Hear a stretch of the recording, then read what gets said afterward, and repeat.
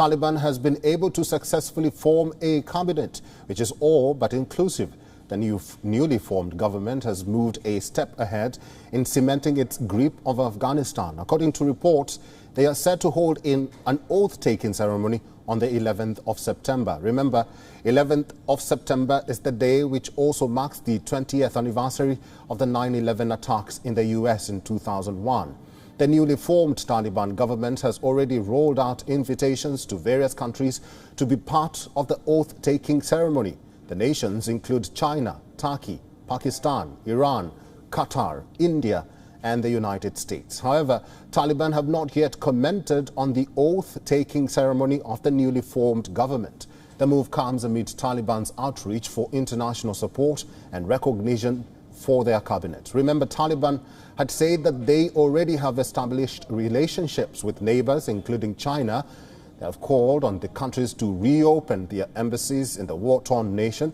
However, the international community is still not ready to recognize the announced interim government. Non-inclusivity of certain sections of society and representation of various old guards who are listed as proscribed terrorists by the United Nations are a few of the many issues the international community has. Meanwhile, the United States, in its recent reaction on the Taliban government formation, has said that the cabinet does not reflect what the international community and the U.S. had hoped to see. On the other hand, the Taliban have lashed out at the international criticism against the members of their interim setup, especially the U.S., who they say are violating the Doha peace agreement by not recognizing the interim Taliban government.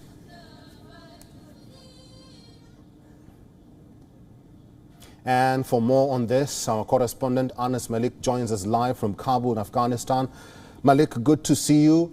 What do we know, or what more do we know about the oath-taking ceremony? What can we expect about this plan? Because the day coincides with the 9/11 20th anniversary.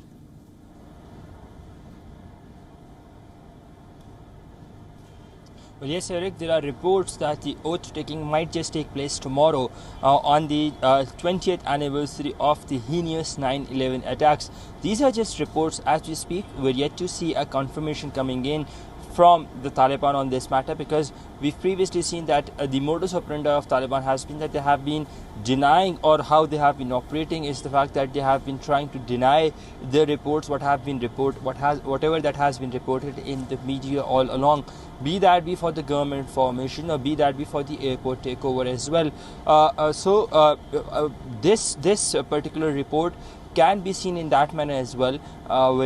We've reached out to Taliban officials with regards to this confirmation on that, but we're yet to hear back. But what we can confirm that 6 countries had been invited, at least 6 of them. There are now reports that the United States and Egypt have also been invited. These reports are unsubstantiated or unconfirmed as yet. The 6 countries that are confirmed that have been invited include Pakistan, China, Iran, Russia, Turkey, and Qatar. The Russian envoy and the Uzbek envoy are to participate as well in the oath-taking ceremony. This is what has been confirmed to me by multiple sources as well. But as we speak, there is no official word rather with regards to the oath-taking ceremony. There is increased speculation that it can take place on the 11th of September, that is tomorrow, at the Presidential Palace. Eric. Malik, you mentioned some of these countries which have been invited or so by the Taliban. Do we have any confirmation from any of these countries which have been invited?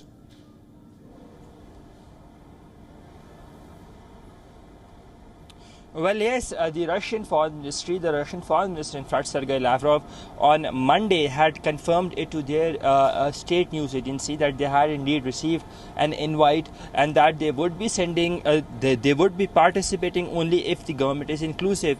Then on Tuesday, we saw the announcement coming in from the Taliban in announcing their set of ministers, which includes 1 Uzbek and 2 Tajiks.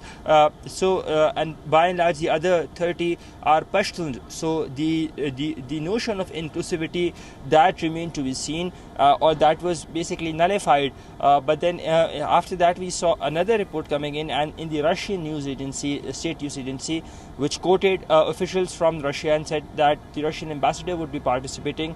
I spoke to some Taliban sources as well. They said the Uzbek ambassador is also to likely participate in the oath-taking ceremony. It is still unclear whether or not China and Pakistan would be represented in this much anticipated oath-taking ceremony, as in when it would be. But 6 countries are confirmed. There are reports of more invites being sent out, especially to Egypt and to the United States of America. Egypt might have some diplomatic presence as we speak in the country, or they would be, but their ambassador is currently not in town. With regards to the US, we understand that the US has completely wrapped up its physical diplomatic presence from Kabul, and they are operating their Kabul mission out of Doha. So it would be very interesting to see, in case if the invite has indeed been extended to the United States, whether or not they would be participating, and how that pans out, that remains to be seen. Eric? Malik, my final question to you. Let's talk about the crackdown on protests. We saw horrifying images of journalists who were allegedly arrested and beaten by the Taliban for covering the protests. What does this say about the rights of journalists under the Taliban rule, and more so covering events in Afghanistan?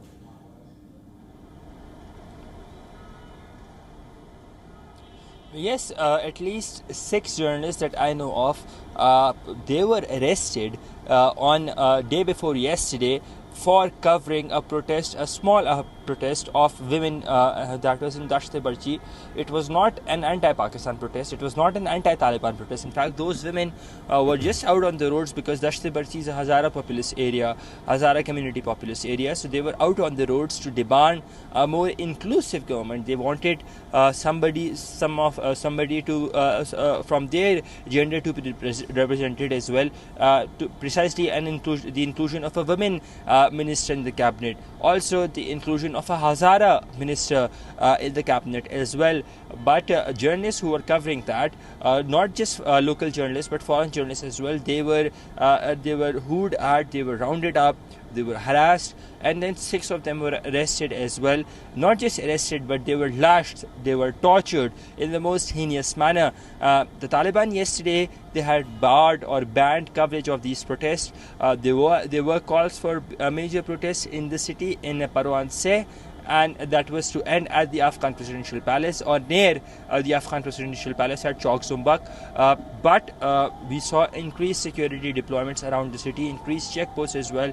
In fact, a Taliban official at one of these checkposts had specifically told us that we were not allowed to cover any of these protests because there were standing instructions. Also, it is pertinent to mention that that circular from the Ministry of Interior that had said that no protest can take place unless a prior permission 24 hours prior to the protest time is sought, and the slogans have been approved by the Ministry of Justice. This just shows on to say the amount of control that the Taliban want to exercise, in case if somebody wants to somebody wants to show defiance, then what they can be subjected to. This is what goes on to show in actuality the fact that how brutal the Taliban can be in days to come, regardless of how change they would, how much the semblance of change they would want to show. That is something that would be worrisome for the international community as well. Eric? Anas Malik, we are glad that you're safe, and thank you very much for that update.